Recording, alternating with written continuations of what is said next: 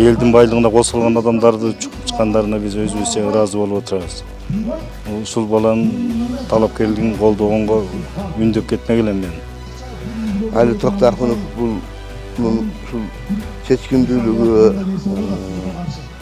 memleketin usul жасай албаган иштерин көзгө айтып бийликтегилердин бетке айтып ушул неме кылганы да колуңуздардан келсе ушул бийликтин көзгө сайган бийликти оң багытка тута турган ушундай алдыга чыга турган уулуңуздарыбызды колдобосок жакшы болмок.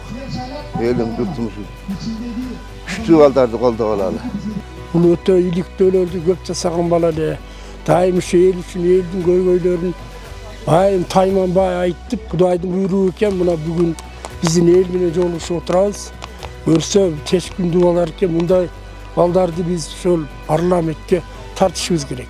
Ali Toktakınovду бул биз эмес, кыргыз эли бар жогу тааныйт, бар жогу колдойт. Интернеттен көрүп атабыз. Дегендерди, коррупционерлерди ачыкка чыгарып, мамлекетибизде бюджеттин акчасын көбөйтөбүз деп, шунун аркасында жүгүрүп жүргөн эң күчтүү журналисттердин бири. Ошон үчүн биздин эл ошо Ali Toktakınovду колдосо, ошо жеген, ичкен коррупционерлерди чегесине чыйккан болуп болот эле. Бар жок көйгөйлөрдү көтөрөт эле, бар жогун изилдеп, жеген ичкендерди кыскартып, элдин үнүн угуп, бар жогун ачык айтып турат эле. Ошон үчүн мен ошо Ali Toktakыновду колдойм.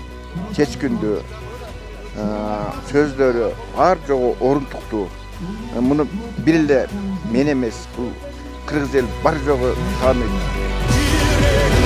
Yaşasın Kırgızistan, bildik namız ata meken, ay hayrat koşup hayratına, bildik namız ata meken, ay hayvat koşup hayvatına.